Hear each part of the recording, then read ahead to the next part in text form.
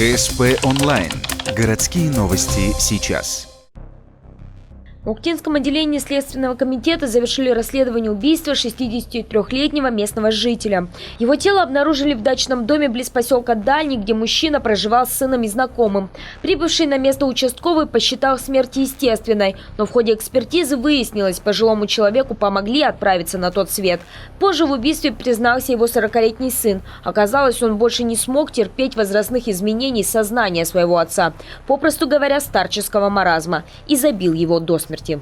По заключению эксперта было установлено не менее 32 травматических воздействий, то есть были нанесены удары как в голову, так и в грудную клетку. Наносились удары руками, ногами.